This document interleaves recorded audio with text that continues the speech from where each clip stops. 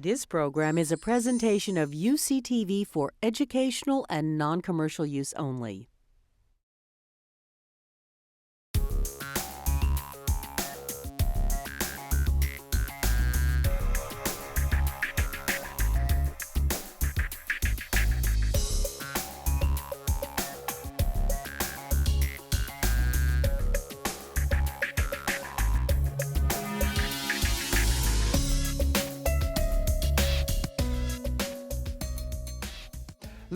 First of all, I'm Andrew Fraknoi. I teach astronomy at Foothill College, and I work at the Astronomical Society of the Pacific, which is a public education organization in astronomy.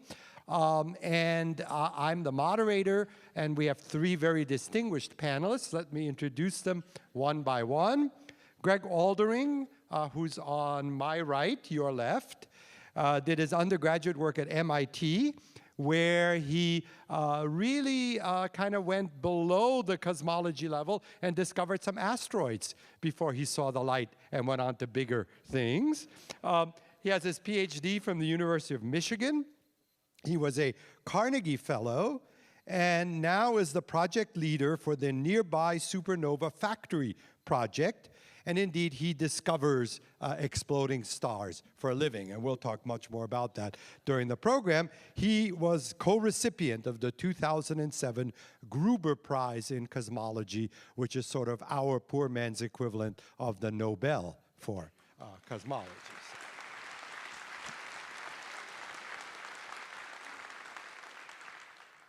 And then in the middle, Shirley Ho has her undergraduate degree from Berkeley, an institution some of you may have heard of.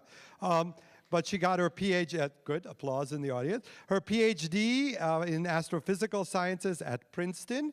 And she has been moving in a steady arc from physics to astrophysics to cosmology, so to bigger and bigger subjects. Currently, she is a Chamberlain and Seaborg Fellow at the Lawrence Berkeley Labs. Shirley Ho.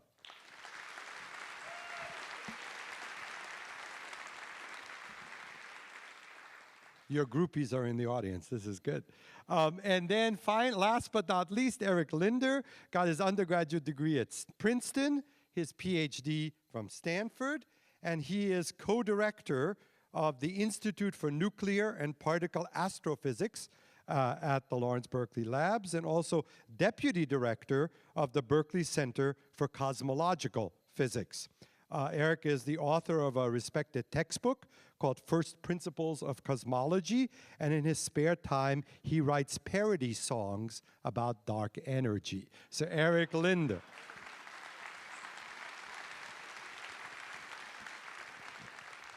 Great. Now, someone's going to do the slides for me while I do the introduction. So the way we're going to do this is I'm going to give a little introduction tonight to the general astronomy subject. I should ask that perhaps. How many of you have had exactly 0 college-level courses in astronomy? Excellent. Okay. How many of you have had 1 college-level astronomy course? Okay. How many of you have had more than 1? Okay, you're not supposed to be here, but we'll let you stay just tonight. Okay, so to get everybody started, I'm going to give a little introduction. Then each of our panelists is going to talk a little bit about his or her work. Then we'll have a discussion among ourselves, and then we'll open things up for questions from the floor. So I just want to, if we can have the next slide. I want to introduce our subject in the next slide. I want to talk a little bit about the universe, so we're all, pardon the expression, on the same wavelength here. We astronomers like to divide the universe into 3 realms. There's our home, the solar system, which is sort of our immediate neighborhood. Then there's the galaxy, our city of stars, and then there's the universe at large. So let's go to the next slide. This is our solar system. Currently 8 planets and a lot of miscellaneous stuff. Sorry, Pluto fans, only 8 planets. This is the sun, our star at the left, surrounded by a variety of worlds. And this is the home base in which we live. Now the next slide takes you a little bit further out, and now we see the enormous pinwheel of stars, which are our home city of stars. So the sun is one of at least 200 billion other suns, stars, that make up a giant island of stars called the Milky Way galaxy. And this is actually not a picture of the galaxy, it's a painting, because it's hard to take a picture of the galaxy. We're in it. It's like trying to take a picture of yourself from inside your kidney. I don't know if you've tried it, but it's messy. So this is more a diagram of our Milky Way galaxy, an enormous pinwheel of, as I say, hundreds of billions of stars. And one of the great discoveries of modern science is that our Milky Way galaxy is just one such city, one such island of stars, and there are huge numbers, billions and billions, as a famous astronomer used to say, billions and billions of other such islands of stars. The next slide. Before I show you that, though, the next slide shows you what happens inside these galaxies. So very important for our discussion today is the notion that stars are not forever. Stars are born, they have a lifespan, and they die. So here you see a star birth region where you see a beautiful cluster of young stars in the middle, the bluish cluster, and then the womb of cosmic raw material that gave birth to them is opening up, revealing the fresh, young, adolescent, bright stars in the middle. So we still see new stars being born, stars go through long lives, and then at the end of their lives, stars die. Many stars die peacefully, but a few overachieving stars actually blow themselves to pieces at the end of their lives. And the next slide shows you that. It's really nice that nature puts an arrow right there before the star explodes, so we can actually see which one's going to blow up. But this is actually not in our galaxy, but in a nearby one. But there's a star which was living its regular life, and then one day we woke up to find the star having blown itself to bits. And these explosions are quite dramatic, quite bright. Sometimes they're so bright we can see them rivaling the sun in the daytime sky. We think this happened in 1054 AD, a little before my time, but some of the older administrators at Berkeley remember this. But in 1054 AD, there was such an explosion, and this one was seen in 1987. We call such exploding stars a supernova.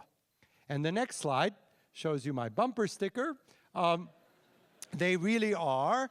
And because these are incredibly bright, the explosions which signal the death of a massive star can be seen far, far away. And you'll see that's a crucial part of our discussion tonight. The next slide then shows you a different galaxy, not our own, but one not too different from our own. If we could see ours from the top, we would see a graceful pinwheel of stars, much like this one, again with billions of stars blending their light together. The next slide shows you that stars come in groups, and so do galaxies. Here you see a cluster of galaxies, a collection of galaxies, and these galaxies sometimes interact. You see a rather personal moment of interaction right here, but because there are young people in the audience, I won't pursue that one. Even though the galaxies sometimes gather together in groups, there are many different groups scattered around the sky.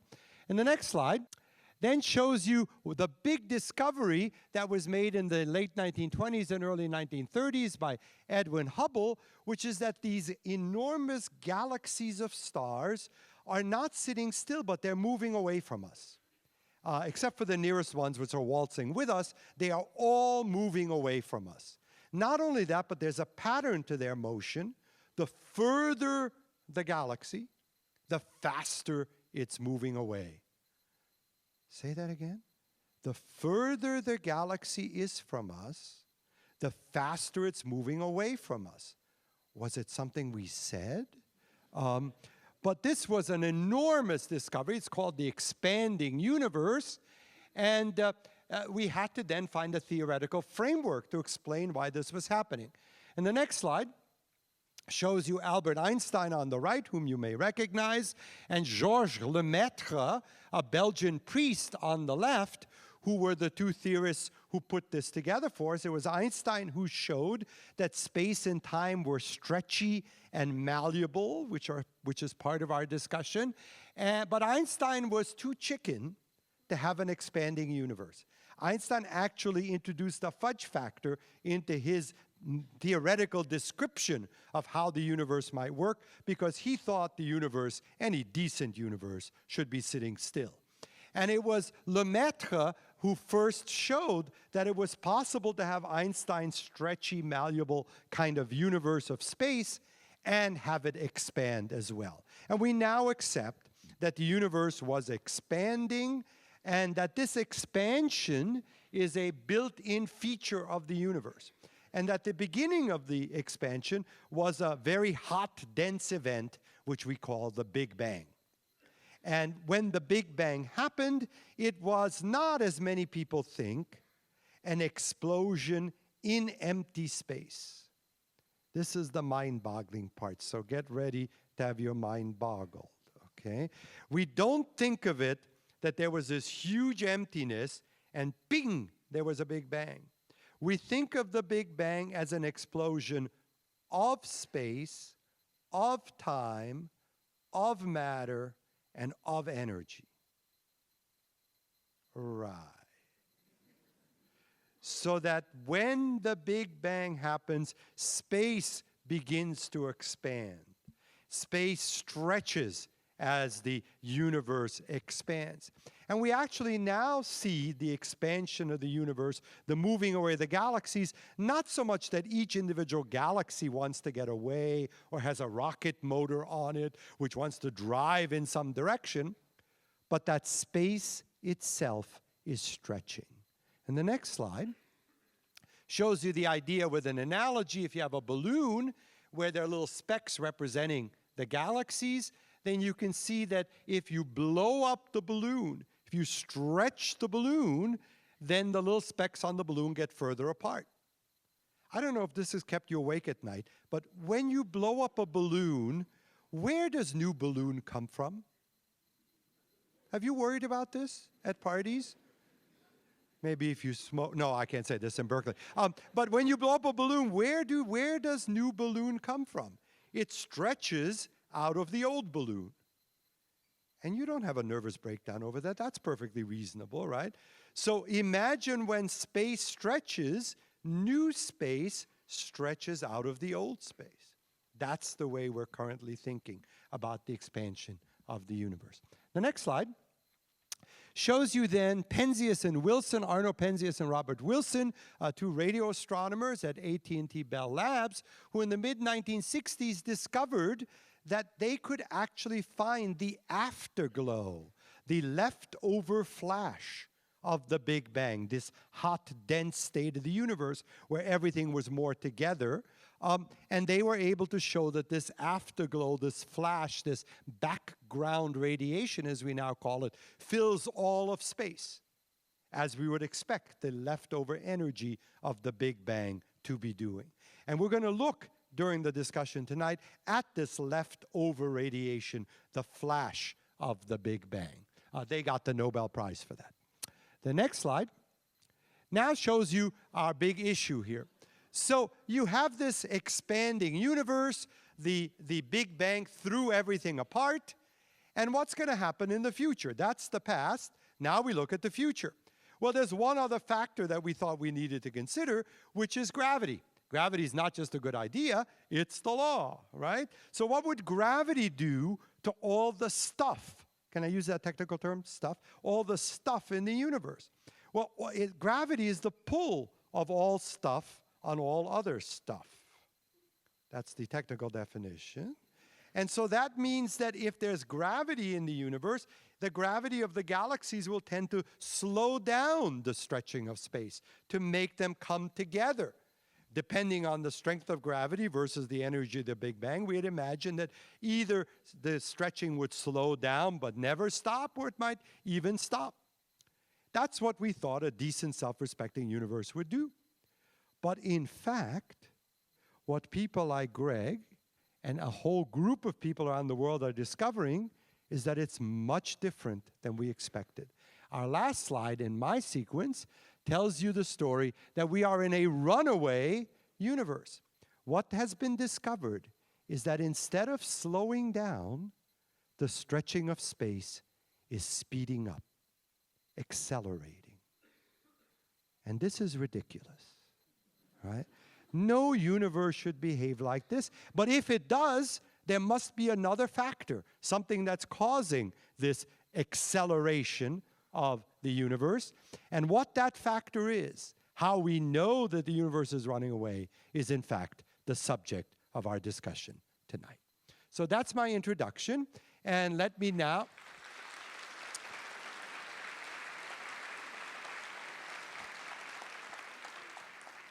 don't encourage the jokes. Now let me introduce Greg Aldering, who's going to talk to us about how exploding stars are going to make this, how they make this discovery possible. Well, thank you, Andy. Good evening, everyone. So tonight I'd like to give you some insight about how we have used supernova to discover that the universe was accelerating and how we will use it to figure out what the dark energy is that is propelling that acceleration. Here, just to start, is a little whimsy. This was the cover of Science magazine celebrating the discovery of the accelerating universe. It has Einstein blowing universes out of his pipe. Unfortunately, that version of dark energy, that model really has not held up. I'm going to spend most of the time describing supernova and how we've used them. So this example of one of these galaxies that Andy told us about, and supernova occurring in those galaxies. And I'm going to try to help show that although dark energy is a very mysterious and complicated subject, keeping cosmologists very busy, it takes a lot of detailed work to make the measurements. The underlying principles are pretty straightforward, and I want to relay some of those to you this evening. And it looks like one of my slides is missing. Yeah. There, I'll go this way. So here, there's just three basic principles that I'd like to go through. The first is very intuitive to most people. This shows a series of luminaria winding up a sidewalk. And as the luminaria get further and further away, they get fainter. So when we compare the brightnesses of nearby luminaria to distant luminaria, we can tell which ones are further, which ones are closer. And this we can apply now to things in the universe if we're able to compare the brightnesses of nearby and distant objects. Then there are two other things that people may have heard about, but maybe don't have an intuitive sense for. One is the fixed speed of light. So light can only travel at a fixed speed. And what this means is that when we look at these more distant objects, we're looking back in time. The universe is like a time machine. And so we're not seeing them as they are today, but as they were when the light first left them. And so this allows us now to look into the past of the universe and see how it looked even billions of years ago. In fact, we can see back close to 13 billion years altogether. And then we take advantage of a consequence of this stretchiness of space that Andy referred to. So when the space is stretching, when light is coming to us, that light has a wavelength to it, a certain rate at which it oscillates. It gets stretched too. This is referred to as a redshift. And the amount by which it stretches is exactly proportional to how much the universe stretched from the time that light was released to the time that we measured it. And so this gives us a very easy way to measure basically how much the universe has stretched at various points in the past. We can put that together into what we call the expansion history of the universe, which is what tells us that that expansion is speeding up. So I got my slides a little bit out of order. Let me now go to this one to discuss the tool that we're going to use. Okay, we don't have luminaria or nice light bulbs that say 100 watts on them. But we have these tools that nature has provided us, the supernova that Andy described, which are so bright they can be seen over vast distances. And although they don't come with a wattage label, we've also figured out how to determine how bright they are. So this, in the upper left here, is an artist's conception of the particular type of supernova we're interested in. It's called a type 1a supernova. I won't get into the details of why it's called that. And you might think this big fiery red thing is the supernova, but actually it's a tiny little star buried in all of this gas that it's accreting from the fiery neighboring star. That type of star is referred to as a white dwarf, and it's about a tenth of the size of the Earth, even though it's as massive as the sun. So its matter is very compact, and in fact, it has no way to generate fuel currently, and the only thing that keeps it from collapsing completely is pressure from the electrons in that white dwarf. So if it's living there by itself, it'll just continue to cool, and this will be the ultimate fate of the sun. Another 5 billion years, the sun will turn into a white dwarf, and it'll start to cool off slowly. But this guy's in trouble because its companion is adding to its mass. So it's trying to fight gravity and not collapse. When you add a lot of mass, it's hard to fight gravity. And when this star gets to be about 1.4 times as massive as the sun, its temperature becomes unstable. Now, rather than collapsing, it'll actually go ahead and blow up. And let's see if I can actually get my movie to run here. Okay, there we go. So this, again, is now a computer model of such a star blowing up. And it starts, as I said, with a size about the tenth of the size of the Earth. And in 5 seconds, it gets as big as the Earth. In a period of about 4 hours, it could traverse the distance between the sun and the Earth. It's blowing up at a temperature of close to a billion degrees. And when it's doing that, it's generating a lot of chemical elements too. And I'll describe those in a little bit. So now we want to go. Okay. So this is what we could see if we could really see a supernova up close, the artist's impression, the computer calculation. But of course, we never are that close to a supernova. In fact, we really don't want to be that close to one. It'd be rather dangerous. So the question is, what do we see from Earth? We've already seen the nice, pretty picture of a supernova, and this would have been a case of showing a supernova brighten and fade away in this galaxy over here. So what we see from Earth, besides just a nice picture of the supernova in its galaxy, is the energy that gets released over time. So the supernova actually starts very faint, becomes brighter, reaches what we call its peak brightness, and then fades away over time. And these supernovae are somewhat interesting because part of the reason it's getting brighter, of course, is this big ball of fire that we saw in the previous simulation is getting bigger and bigger. But on top of that, normally that would make the gas cool, but there's radioactive nickel in there that is keeping the gas really hot. And so that's why these supernovae achieve such remarkable brightnesses. So for instance, when it's at its, when you take all the light that it gives off over its lifetime, that's about as much energy as our sun is going to release in its entire lifetime. So this is a period of a few weeks, about 2.5 weeks to rise, a few more weeks to fade away. In a few weeks, it gives off as much energy as the sun will in its entire lifetime, or at a given one point, it's giving off as much energy as a typical galaxy, so roughly as bright as an entire Milky Way. This is really what allows us to see it over very vast distances. So this one runs by itself, good. So one of the things we have to do, we have these potential tools that we can see to vast distances, but a bit of the work has been in learning how to actually discover them. So Andy referred to some of the naked eye supernova that we're seeing from Earth. Those occurred once every few centuries, and that's what's typical in the galaxy, is a supernova like the ones we're interested in will go off once every few centuries. So you can't just sit on a galaxy and wait for a supernova to go off. You'd have to have a lot of fortitude in order to do that. And so the way they originally found is someone might have been looking at a galaxy and noticed, oh, well, there's a new star there.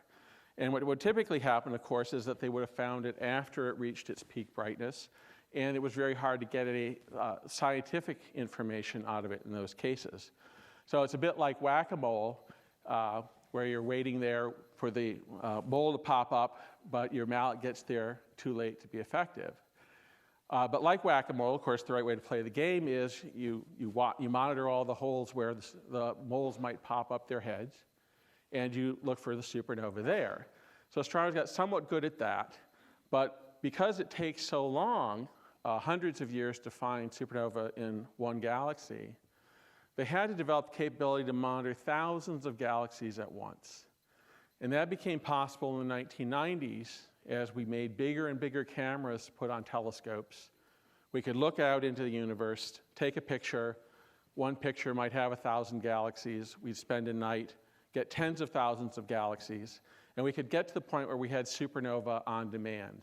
And that was really the birth of using supernova for cosmology, because now we could be ready with all of our telescopes to follow up on those supernova discoveries and make the measurements of the brightness and the redshift that we need in order to apply those basic methods for determining the distances. And this is just another example now of searching, in this case with the Hubble Space Telescope, so scanning over little patches of sky looking for the supernova. And here's an example of some of the supernovae discovered with the Hubble Space Telescope. So these are from a search that was done by a group at Lawrence Berkeley Lab.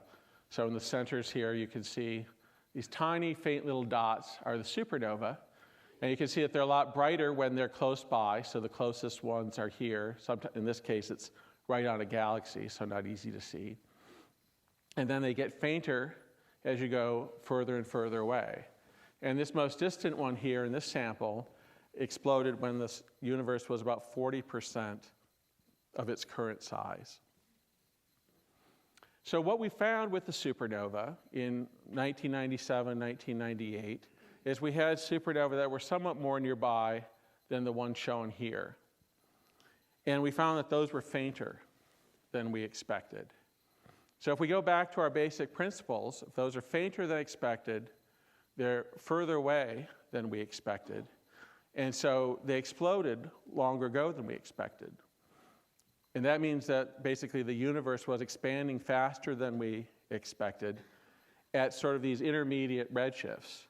And this was a sign to us that although it was expanding at a rate we expected long, long ago, around the time of the Big Bang, the subsequent to that, about 6 billion years ago, that expansion started to speed up.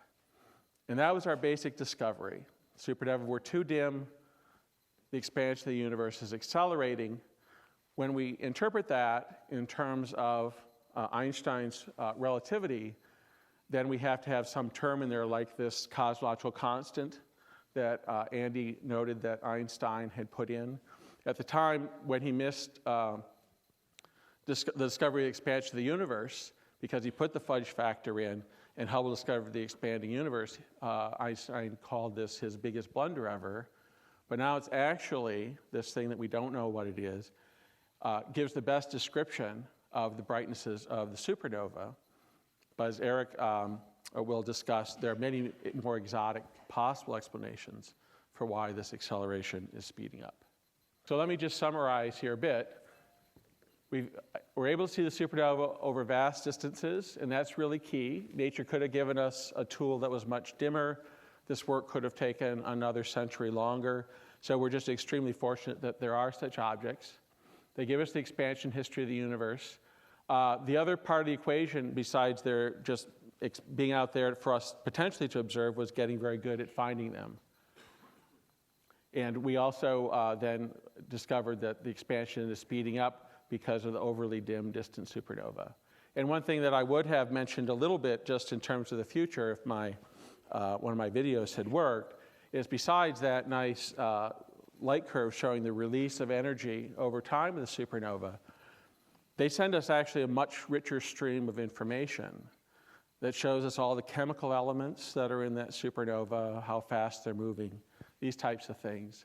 And this is information that we hope in the future will allow us to measure the distances to supernova much better than the 7% distances that we're able to get right now.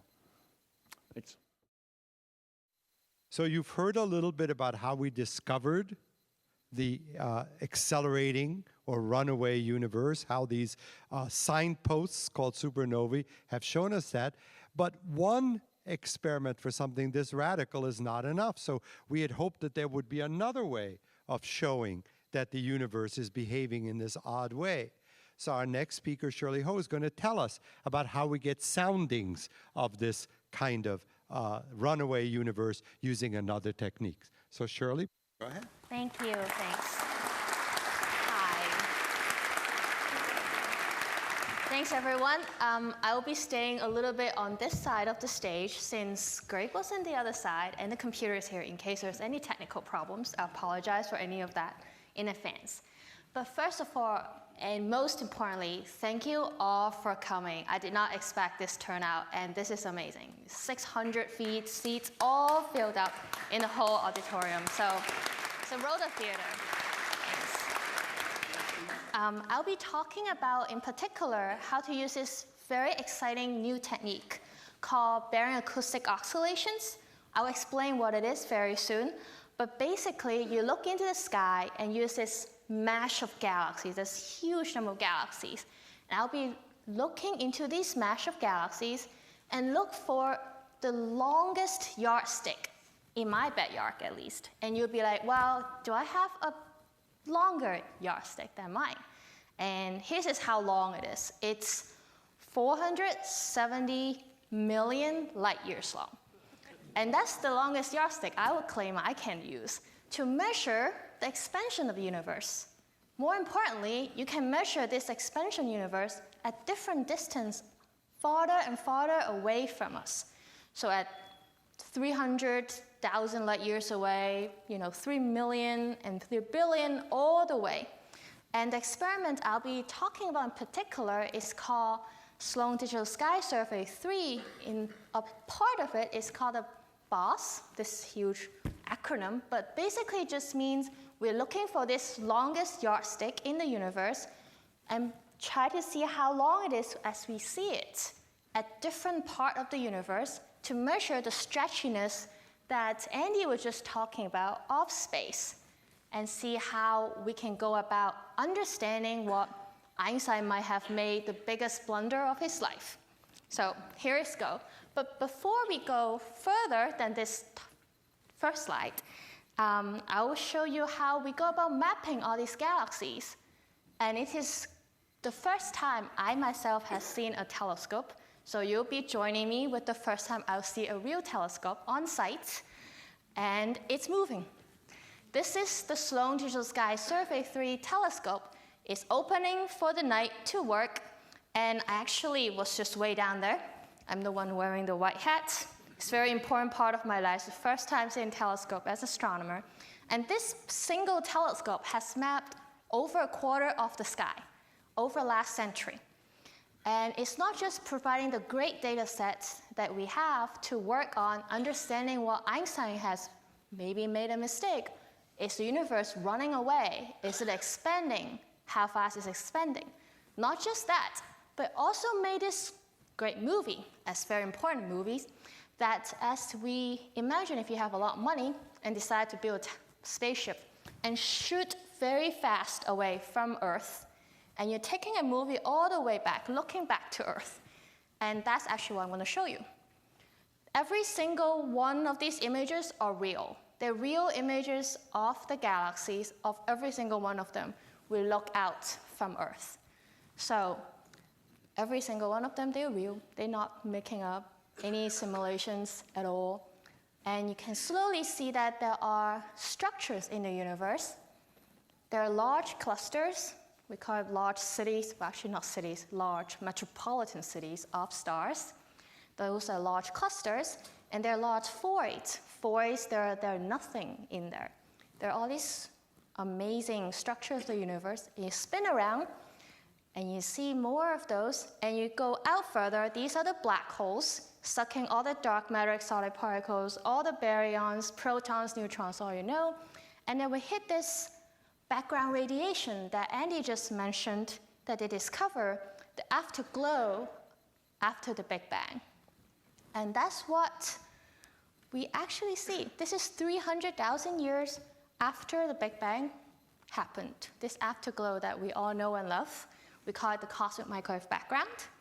And every single dot there, this color code, the red being very hot spots and the blue spot is being cold, every single one of them will grow into clusters or voids that I mentioned earlier, into the galaxies that we see nowadays. And I will mention basically how to use, we've jumped back a little bit for the movie, that picture, this mesh of galaxies. How do we actually go about learning about stretching of space, learning about expansion of the universe today? So that's my introduction for what we're supposed to learn. So now the technical part is more or less finished. We can go to this side of the hall. And this part, it says, well, what do you do with this mesh of galaxies? I have the data now. I'm sitting in my office looking at the computer. What can I do to understand the universe? So what you do is to calculate something called the correlation function. Hold on, don't be too worried. This is actually a very simple idea. It's to look at how one galaxies correlate with each other. And from that, I'll explain even more later, we'll look for the longest yardstick, which is this 470 million light years long yardstick, and look at the size of this yardstick over different distances away from us. And this sounds really hard. I'm like, well, don't you guys think that's hard? I mean, I think that's what's hard when they first explained it to me with this picture. So, and that wasn't too long ago. And so I decided that as a physicist, I say, okay, how should I explain it to everyone?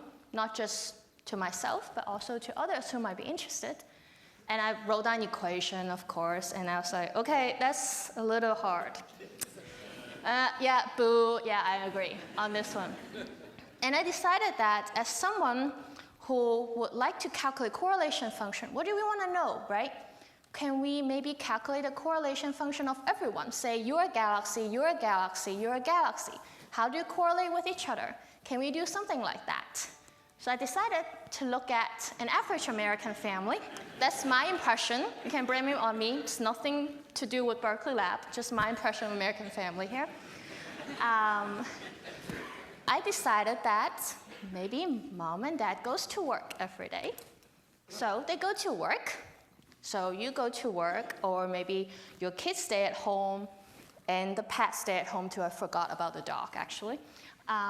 And the mom and dad goes really far away. Well, how far it is? So if you look at the public transportation database, and they said, actually, everyone commutes about 22 minutes on average. And if we all commute 22 minutes, which means you'll commute, say, 20 miles approximately, depending how fast you drive. I drive a little bit faster than that sometimes, and that will be farther, but say 20 miles. So we commute 20 miles away from home every day. So now let's take a correlation function glasses and put it on top of my head, and I realize if you look at where you are during the daytime, you'll be either 20 miles away from your kids, and if you're a kid, like I'm at school or something, and my parents will be about 20 miles away from me. So if I go to every single American family and try to calculate, well, where are you, and how far is your family member from you? That's 20 miles away, right? And calculate that and add up all these correlation functions. How correlated am I from my family member? Then you calculate the correlation function of the population of every one of you guys. This is a toy model, so don't take it too seriously. But you see a bump at 20 miles right there. And that's what it means by we're correlated. There are more people about 20 miles away from you, basically, during daytime. And surprisingly, if you're a galaxy does similar things. They also have a bump, but except that's 400 million light years away. This longest yardstick I was talking about, this number that I've been repeating over and over again, is about 25 trillion times of the distance between us and Earth. That's really long yardstick. That's the bump that I was talking about earlier. And it wasn't because they're commuting. Well, they're not really commuting. The galaxies aren't commuting this time. But some early physical processes actually push the galaxy to very, very far away. And that's the distances that we're talking about. And I'll be hopefully showing you how exactly this works. But for now, just think about it as just being the galaxy is driving away from home, and it ran out of gas. It stopped. And it kind of stayed there. And that's the correlation function I'm talking about today. And this distances is fixed. We know exactly how long this yardstick is supposed to be. So if I put this yardstick at 300 million light years away from me, or is it 100 million light years away from me, I can measure how long this yardstick is in appearance to me.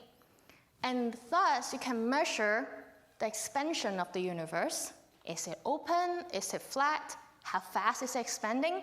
You can all just look at the yardstick, similar to what Greg had talked about using those standard candles, but now we're using this standard yardstick, a big one, I would say, but it's not too hard to use when it's so large to actually observe. And I'll show some small animation here to hopefully illustrate the physical principles.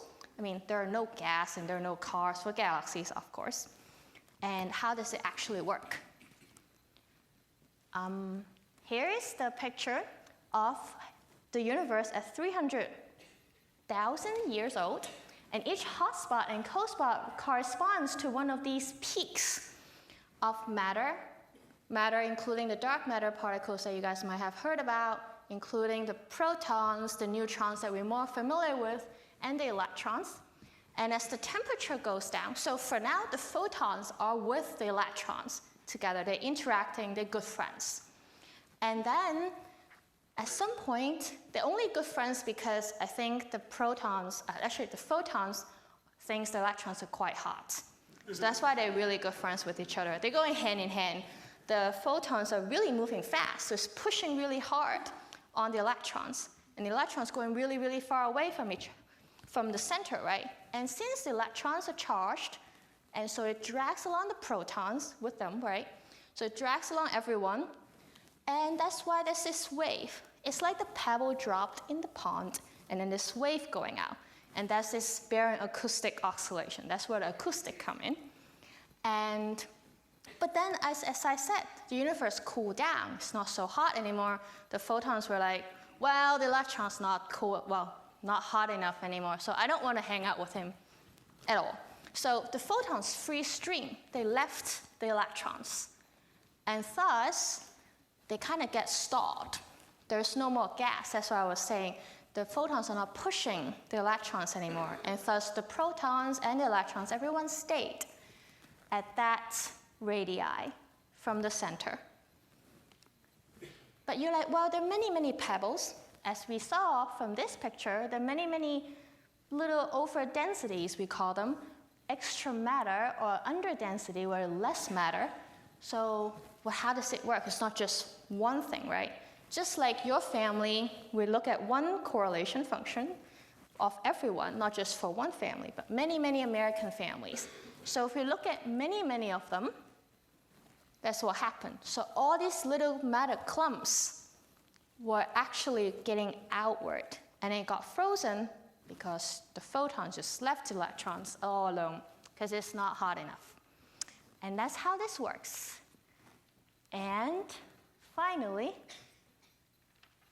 we find these fluctuations of the size of 470 million light years large.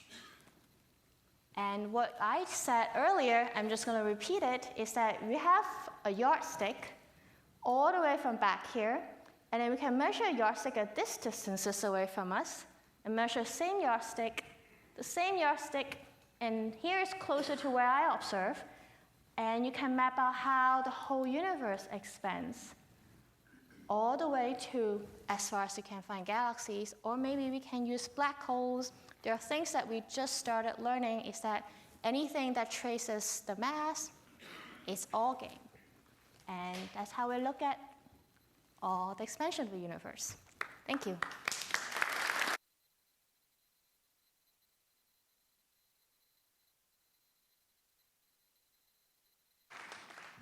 give that to Eric.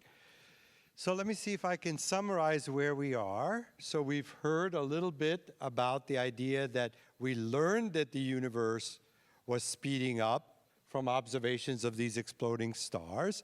Now your yardstick confirms this, confirms the idea that the expansion history of the universe, which can be read from these observations, is not what we expected, but that the universe is speeding up.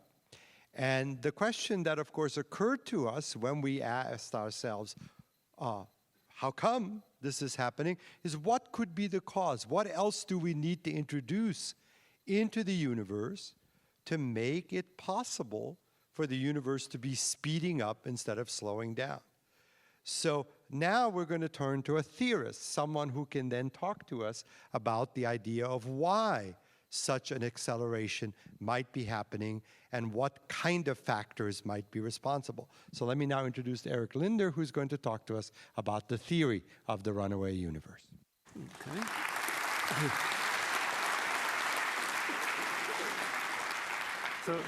So Andy makes it sound very, very rational and measured that, theorists go out and they explain things.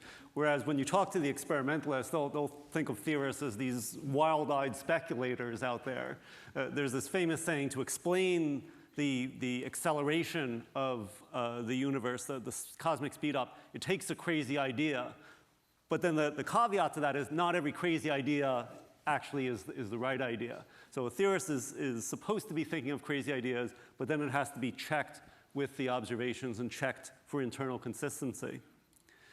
If you think about it, we're really stretching here. And by stretching, I don't mean the stretching of space-time. I mean, what we're trying to do is understand the universe as a whole. We're trying to understand, you heard, things over billions of years, over vast distances.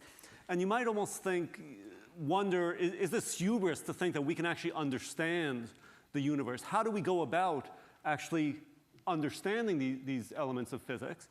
And we're actually familiar with other instances of this.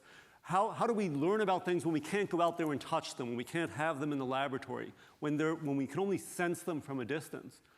So if we have the question, for example, is the climate of the Earth warming over time, we can't go back to the year 1800 or 1500 or 2000 years ago and take a thermometer and measure the temperature. We have to rely on relics. We have to rely on evidence that comes to us.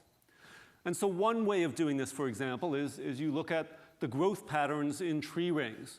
The tree preserves a record of its environment the way it was at that time. So we're looking back into the past as we look deeper within a tree. And so something about how did the tree grow? Was it only grow a little? Does that mean maybe it was a very cold year or a very dry year?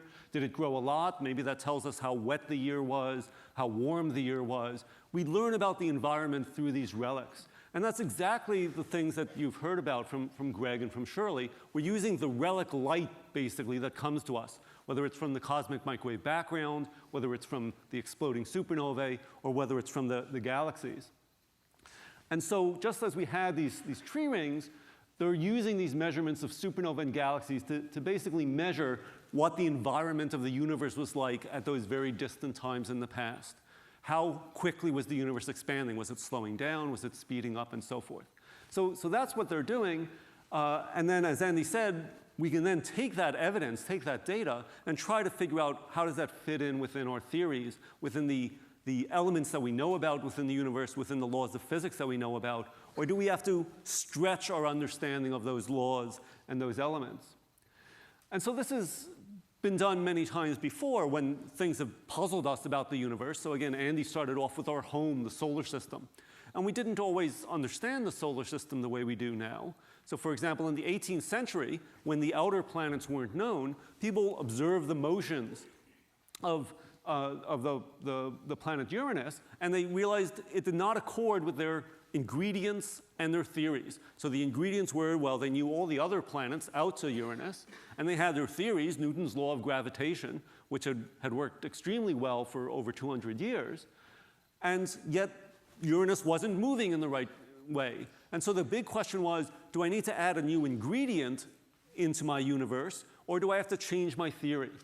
And the answer turned out to be we have to add a new ingredient, we have to add a new planet, and you could actually predict, assuming that the theory, Newton's theory was right, you could predict where should this new planet be. And it was actually discovered in that location. Neptune was discovered in 1846, and therefore the theory was fine, we just had to add a new ingredient. Another puzzle came around, again, as observations got good enough, in the inner solar system. Again, the orbit of the innermost planet, Mercury, didn't accord with the ingredients and the laws. So within Newton's law, within the planets that we knew about, again, the motion of Mercury was just a little bit off. And so people said, oh, okay, we know the answer to this. We learned that from the outer solar system. There must be a new ingredient. There's a planet inside the orbit of Mercury that's changing things. And they looked and looked, and they couldn't find anything. And then it took Einstein to come along and say, suppose your ingredients are fine, but we have to stretch. We have to extend our laws. Newton's laws are very good as far as they apply, but when the planets are moving very quickly near a very massive object, they have to be tweaked a little bit. We have to go beyond Newton's laws, and he came up with general relativity. And so that turned out to be the answer for the 19th century problem. We needed a new law. The ingredients were fine. We needed general relativity. And so the puzzle we're faced with today is when we see the speed up of the universe, do we have to add a new ingredient, a new type of energy, or do we actually have to tweak the laws of gravity, now tweaking Einstein's laws? And so that's the real big mystery that excites me, excites a great many physicists. And the wonderful thing about this is the little tweak we have to make is actually not so little. So this shows a sort of pie chart of the total amount of energy or energy-like stuff in the universe. And the stuff that's like us, the familiar stuff, turns out to be less than 5%. And so that's one thing that's just completely amazing, that the stuff that we're used to, atoms, light, neutrinos, if you've heard of that, all of that stuff fits into 5%. That there has to be some other new stuff, which actually we've known about since about the 1930s that it had to be there, called dark matter, that has to reside within galaxies and within clusters of galaxies. So that has to be about 25%, but that stuff acts normally under gravity. It actually binds things together, it attracts things together. To speed up the expansion, we need some new stuff, which is just sort of given the name of dark energy. Something that has to act opposite to gravity, that has to pull things apart. And again, it's not a little tweak. We're talking about 70% of the universe that we have to figure out what it is. And so that's a big step forward. And that's, again, what the supernova data and what the galaxy data is talking about. The big discovery that was made here in Berkeley some 13 years ago in 1998, that you needed the 70% of the universe to basically explain what's going on. But we still have this mystery. Do we have to change the theory of gravity, or do we have to add a new energy to it? And so let's start off with the idea of adding a new component the way we had to with the outer solar system. What are the possibilities? Oh, okay, I'm not quite up to that. So let me go back to this idea of stretchiness of space-time that Andy and, in fact, all the speakers talked about. What we're used to seeing is gravity attracts objects.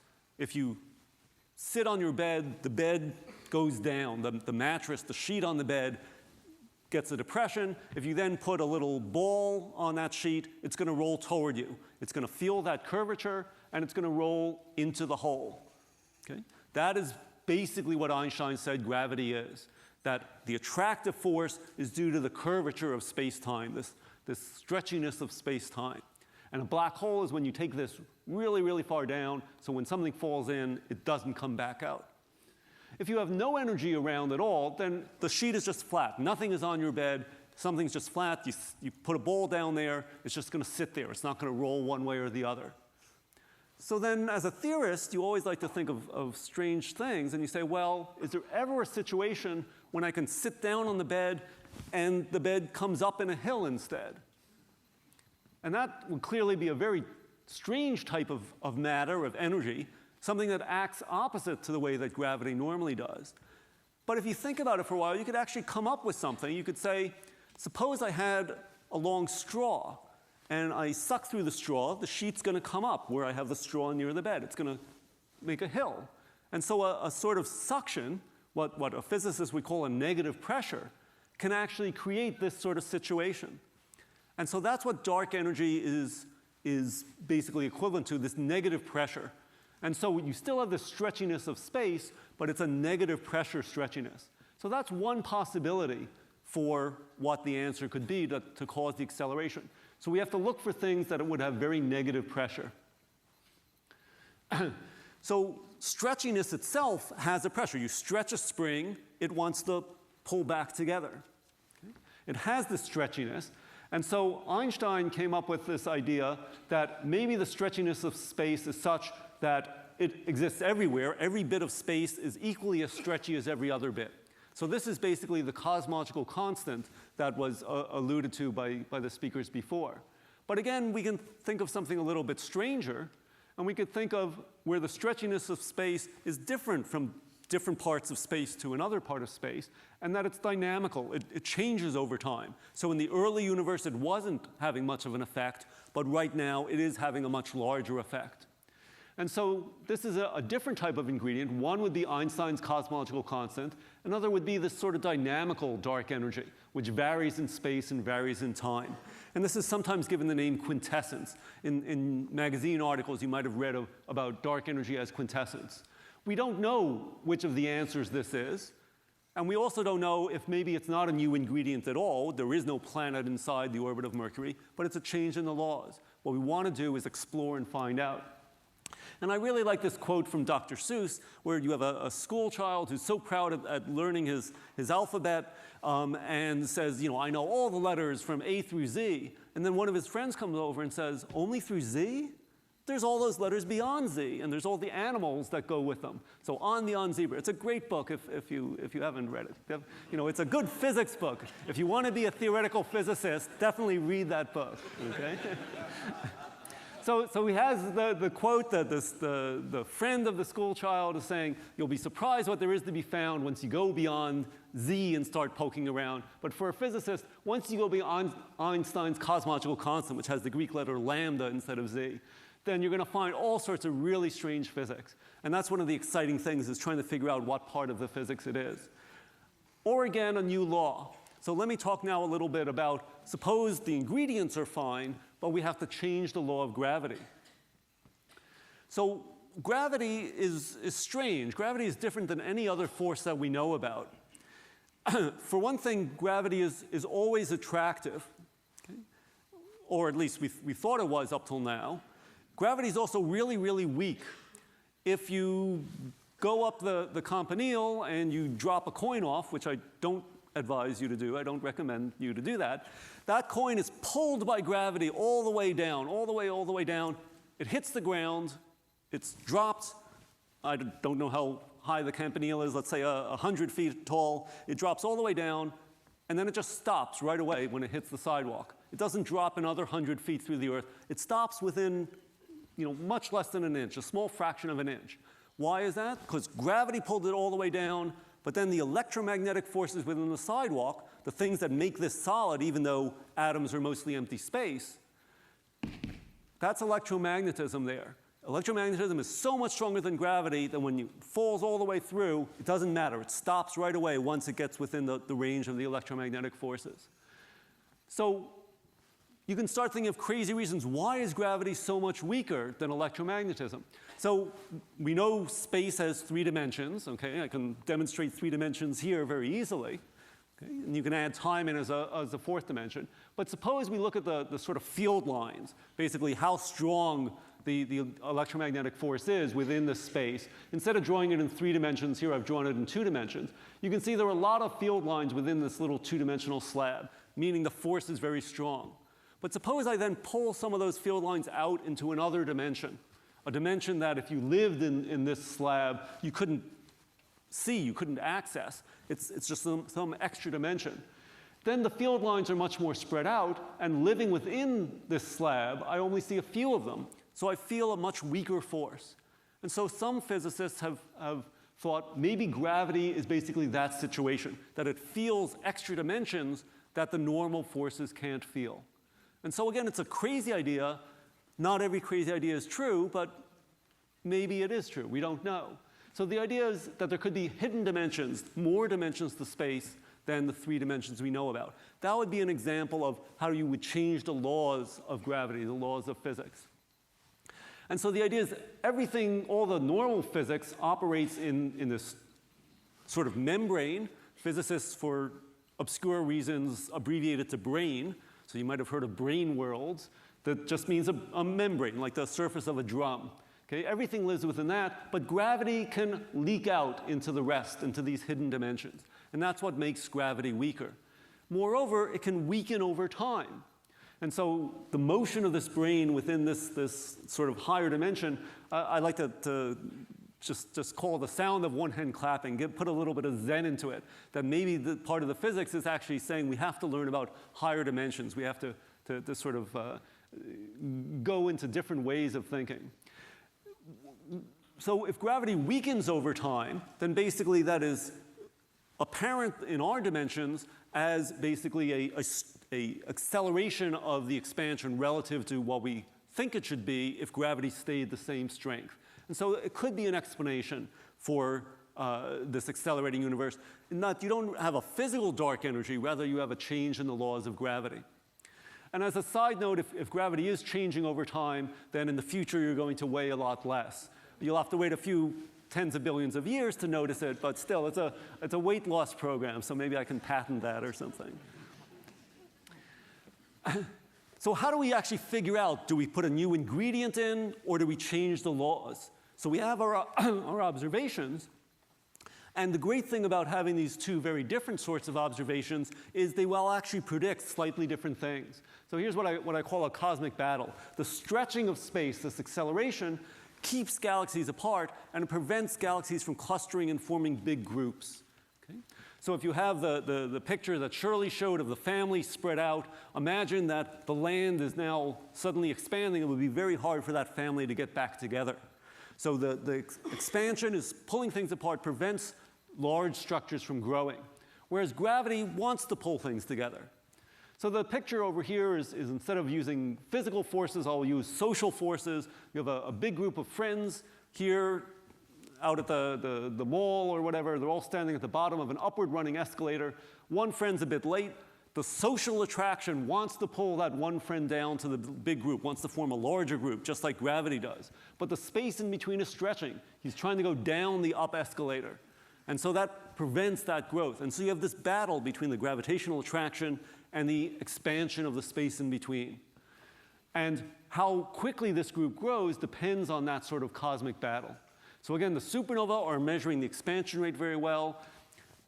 Shirley was talking about these galaxy surveys, showed that beautiful movie of flying through the galaxies. How quickly those galaxies cluster and grow together measures the growth, and then figuring out which one wins, what the rate at which the structure can grow up, allows us to test, are we talking about a new ingredient of dark energy, or are we talking about a change in the actual force of gravity?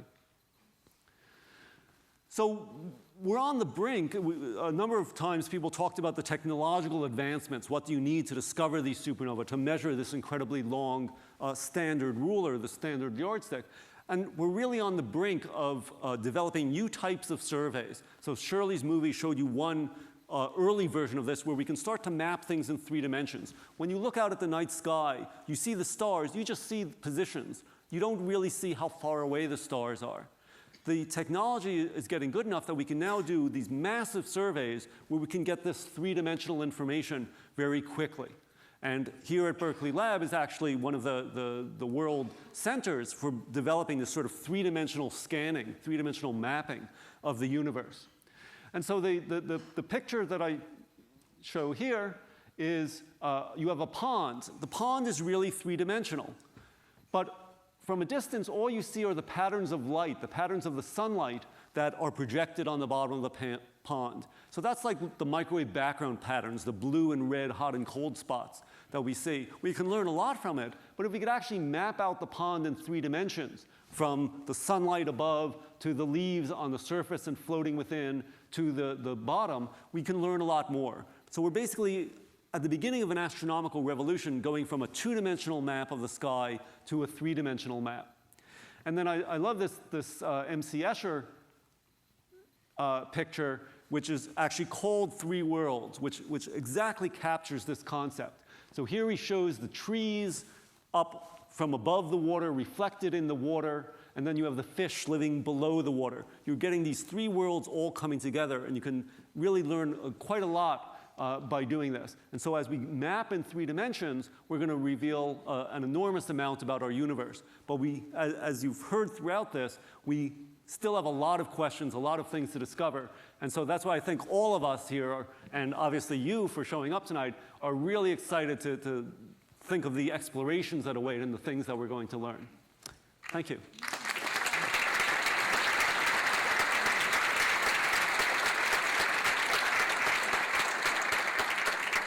What we want to talk about now are questions for our panelists, but let me, as the moderator, begin with a couple of questions, and everybody jump in as you want to. One of the things I want to ask each of you is, what's the most exciting for your work in the future?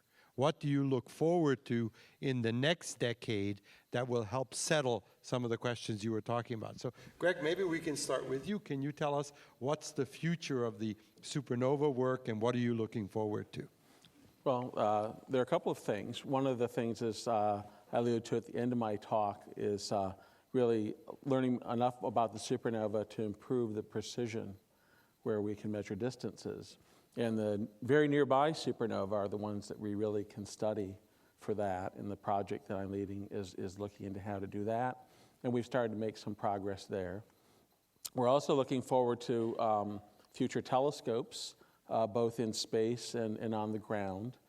So there is a plan that NASA has for something called W-FIRST, with the stated aim of trying to measure the dark energy equation of state. It's not really within the decade time frame, unfortunately, very expensive, but those types of things, basically new measurements of very distant supernova and obtaining much higher precision with the supernova. And what we really want to go to on the experimental side to give the theorists something to ponder is to see whether the amount of dark energy has just been the same throughout the history of the universe, or whether it's changing.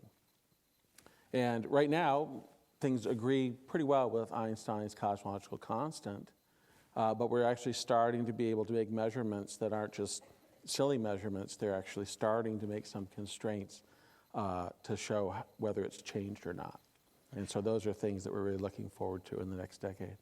So let me see if I understand this correctly, and then I'll ask Shirley and Eric the same question. But one of the things that I hear you saying is that this is separate from the issue that at the beginning it looks like the universe was slowing down, and then we switched over to an acceleration. Now you're saying that even within the measurements of the acceleration, we may be able to tell the difference between Eric's springs that are always the same way and those that are dynamic. That's right. It's extremely difficult measurement because, for instance, the springs that Eric showed can come very close to looking like the cosmological constant. So depending on one's worldview, which in particle physics, there's really not a good theory for the cosmological constant. There are many, many theories that could explain potentially what we see, and so people want to really probe those. Some people may be content with, well, we'll accept Einstein's fudge factor and live with that. But from a physics point of view, there's no reason why that should be there. And when people have tried to predict it, they're off by a tremendous amount. It's been called the worst prediction in all of physics. So that's really bad. And so people really want to go beyond Einstein's cosmological constant. All right. So Shirley, I'm going to ask you the same question. If you were thinking ahead for the next 10 years, what's exciting you about what's to come? Sure. I would actually like to say that Eric has mentioned an experiment that's led by the lab here that's planned for the next decade for making this 3D map, this three-dimensional map of the galaxy survey even bigger, going way back beyond, say, half the age of the universe. And having this 3D map of galaxies, we will measure not just the dark energy, but maybe if gravity is really modified, well, modified in our case means maybe Einstein was really wrong more than one way, then maybe we can explain what we observed. And that's for the galaxies. So the second part of my answer is we want to use something new. This is something we have sort of recently developed called Lyman alpha forest. But basically, these are backlights lit up by black holes, really, really far away. And as you might remember from my movie, the black holes are so close to the afterglow of the Big Bang. It's way back, like when the universe is really early. And you can use the black holes with its, eating all the matter, its accretion disk is zooming in with all this huge amount of matter pouring in, and there's light coming to us. And we can use this light to light up from all the way from the quasar, we call it quasar, from the black hole, to us. All the little mass in between them, we can actually map them out. And to use those, instead of each single galaxy, this city of stars, we can actually look at the expansion of the universe all the way back to much earlier time of the universe. And that's what I'm excited about. Right. So just so we make it clear for the audience, the black holes you're talking about are not the kind of black holes we hear about that are made from a single star. These are what we call the supermassive black holes, the ones that form in the centers of galaxies and where the black holes might eat millions or billions of suns worth of material.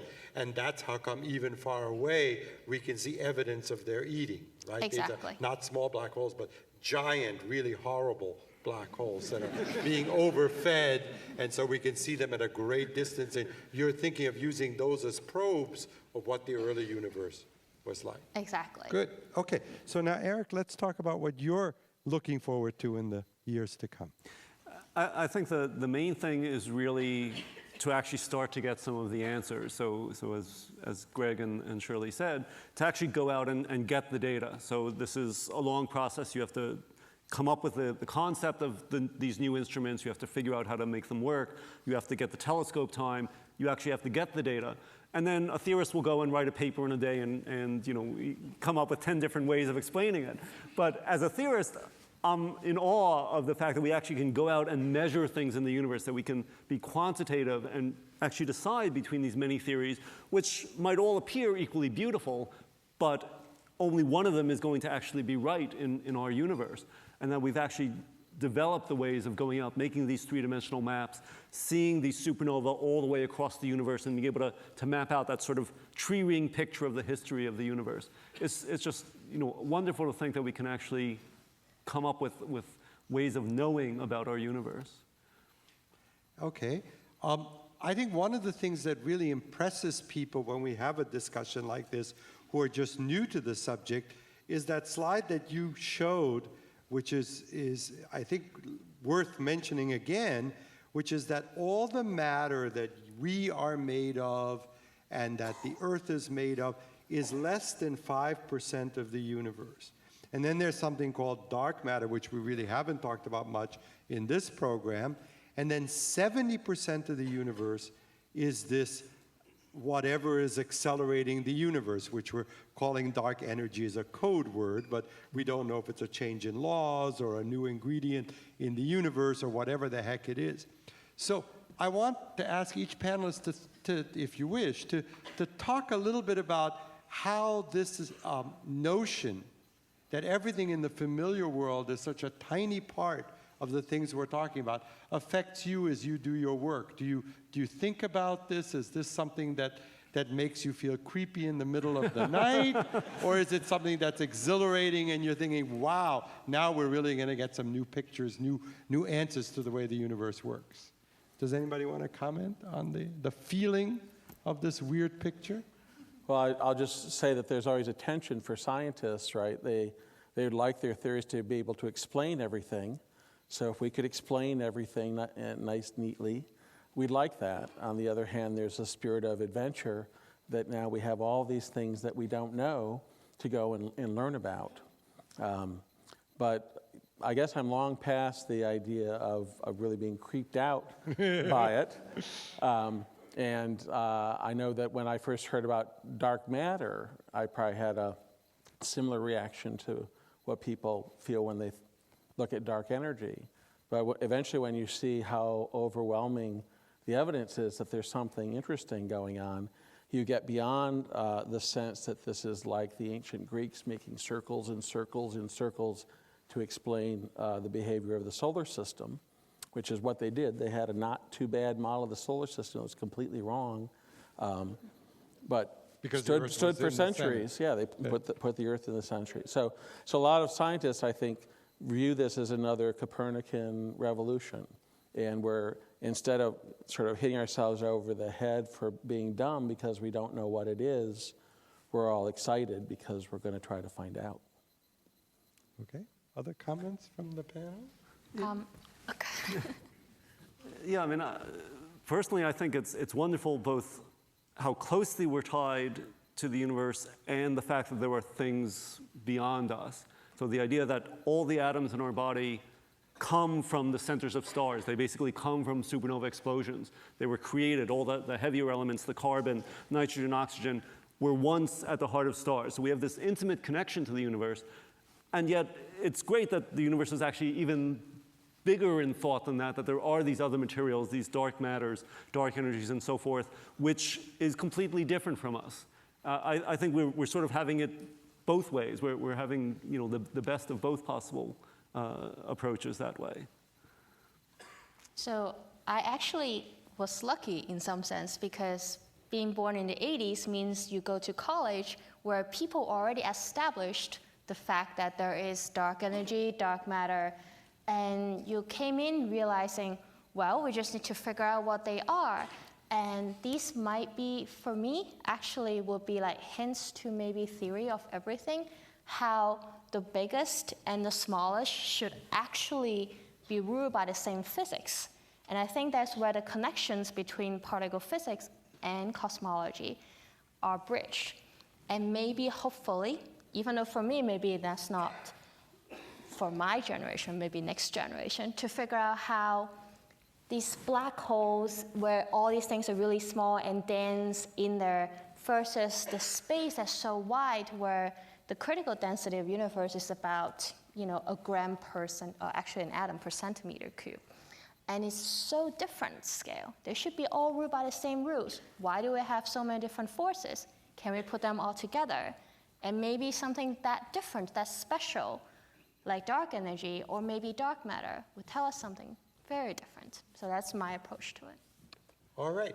Well, let's now thank our panelists again.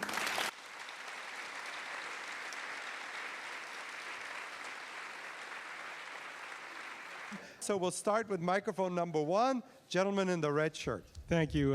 This is for Professor Fraknoi and your balloon model. I have no problem with blowing up the balloon and having the space expand, but when I do that experiment, the spots that I've painted on the balloon to represent the galaxies, they expand too. So isn't the space inside the galaxies expanding just like the space between them?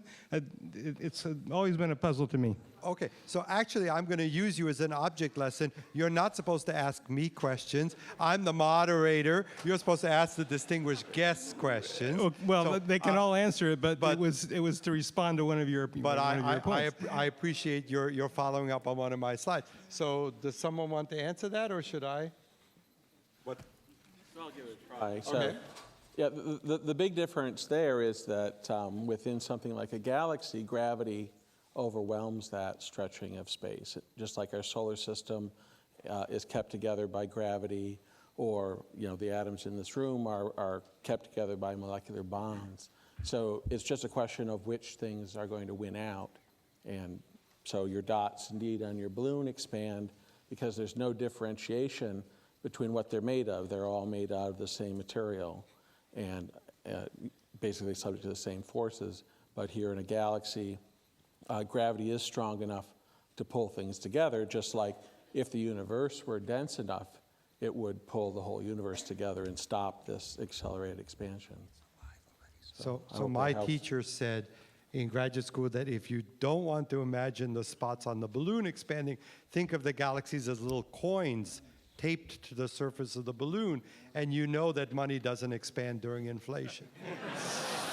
All right, moving quickly to to microphone number 2. Hi there, thanks. Yeah, this is just a practical application question. My Hindu friend informed me recently that the universe is in its final stage of expansion and will soon contract. And this is what I've learned today is sort of contrary to that, and just in sort of a scientist to non-scientist language, how might you start a conversation like this in a friendly way, saying that dark energy is, well, that's not really going to happen? How might you do that? What would you say to someone who thinks the universe is going to collapse soon rather than expand? Well, I would actually say that in the past, I mean, like 20 years ago, there are models that says the universe will actually collapse. Greg's group and the people at Berkeley and there are other people actually are the group who figures out that the universe are expanding with accelerating rate. Otherwise, it would actually collapse. So I think you could totally talk to your friends and say, well, there's one possibility, but what the observations recently told us, it's going to expand and accelerate even more. That's it. Thank you. All right, we'll go to microphone number 3, up there. Can there be reverse black holes, like if there's a black hole that instead of eating stuff, it barfs everything it sees out? Good question. Could there be a reverse black hole which, instead of eating stuff, throws things outward? Who wants to tackle that? It's a good one. Go ahead. Okay. So there is a theory, we haven't observed it, that there can be what are called white holes, basically the opposite of the black holes. You can even, Einstein, in fact, had a theory that the things that get sucked into a black hole, that it could be basically a bridge to another part of space-time. So rather than it just being a dip in space-time, it's actually like a handle. It dips down and it comes out at another part in space-time. The things that get sucked in one place could be emitted, burst out in another place. We've never seen that, but it's theoretically possible. Sure. We need to turn, they're turning things on and off so we don't get feedback. So wait a second, let's turn Shirley's microphone on and you're ready. Yeah, so I would just add that actually the book by Stephen Hawking has talked about this extensively, that there could be the white hole, and it's completely possible. Actually, when I was a little bit older than you were, I actually read that book and found it fascinating. And that's why instead of going to making movies like Star Trek, I'm sitting here. All right, microphone number 1, we're back to you. Yeah, I'd like Eric to go on a little bit more about the idea of the quintessence, about how currently the universe, the rate of expansion is increasing. And if I understood it correct, that you might be saying that in the future, perhaps the rate of increase might go back down again. And if that's the case, how would we confirm that? I mean, the lifetime of, say, human civilization is so much shorter than the lifetime of the universe. How would we be able to figure out if that's actually going to happen? You got it? Okay, good. Right, so yeah, quintessence is a very attractive idea. Again, we would like some definite evidence. We'd like to see some property of the quintessence rather than just saying, well, it fits what we currently know. We would like it to predict something. Could it change in the future? Because it's dynamical, the way these springs bounce around, it could behave differently in the future. Until we actually come up with the physical theory that explains it, we won't be able to know what it does in the future. And so we won't be able to definitively predict what the fate of the universe is until we really have a physical understanding. And so we not only need the observations currently and in the past, but we need that understanding to go with it to predict the future. So in a similar way to the tree rings with global warming, we not only need to know what's happened in the past, but we need to understand what causes the climate change in order to then predict how it will happen in the future. All right, and we'll go to number 2. I have a question for Greg, and it's how many supernovas are discovered each year, and is there any speculation to how many supernovas you don't see? Well, so the number discovered a year has changed a lot in the last few decades, but now it's easily several hundred a year. that can be found. Most of them are found nearby, but there are also surveys going on with large telescopes that monitor certain patches of sky. Those ones that are going on looking for distant supernovae are looking at just a tiny fraction of the sky, probably something like 1/10,000th of the sky. So if we could monitor the whole sky, we'd see far more. We wouldn't see 10,000 times as many because we really can't see the supernova that are hidden behind our Milky Way galaxy. Okay, so our time is almost up, but we'll go around one more time. Let's start over there. All right. So given the fact that the concept of dark energy is inconsistent with the known empirically provable principles of theoretical physics, are you open to the possibility that dark energy is a paradigm-induced illusion? And when I say that, I mean, so for instance, 500 years ago, people were very intelligent, but they had the paradigm that the Earth was standing still. And therefore, the retrograde motion, right? There is no retrograde motion of Mars. It's an illusion because Earth passes Mars. It would, there's evidence to suggest that what we see as an accelerating universe is actually a geometric effect based on curvature. So in other words, are you open to the possibility that you're chasing something that doesn't exist? Sure. So I like that answer. That really is the thing I was referring to earlier, the Copernican revolution. We have seen this in scientific history. And so in fact, yeah, some people are absolutely delighted that we have all these things that don't fit. And they think, well, it's not just going to be a tweak to what we know, but it's going to be a transformation. Okay, so we just don't know what the transformation is yet.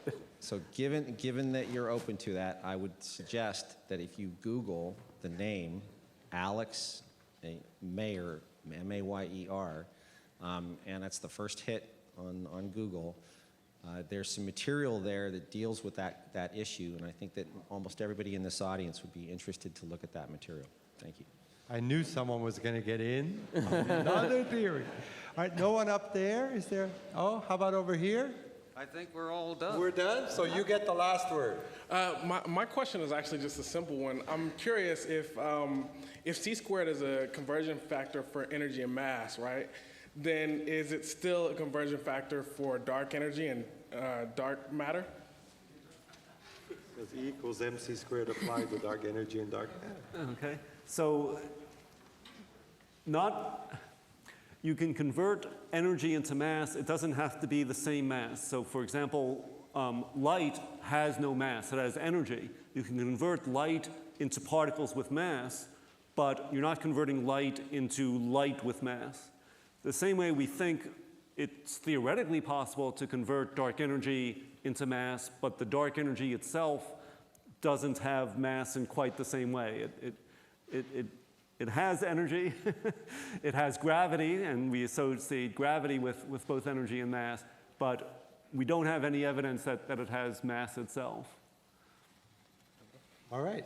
On that note, let me say that, in fact, one of the most exciting things about doing a panel like this is how few answers we ultimately have at this point.